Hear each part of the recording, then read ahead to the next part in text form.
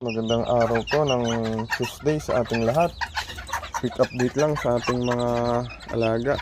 So kung maaalala nyo po, ito yung mga nabasa nung tag-ulan, yung bagyuhang Christine. And okay na po sila. Medyo recovered na sila. Ayan, hindi malaki na din. Ating mga kakarol natin nandito sa baba.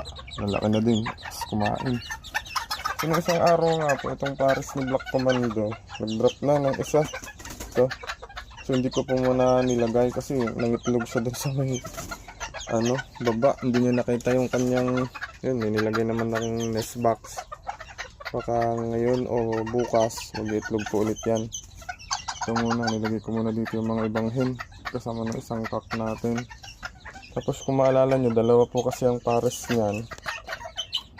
Pinares ko muna dito kay Bulik. Baka makapagpalabas tayo ng ganyang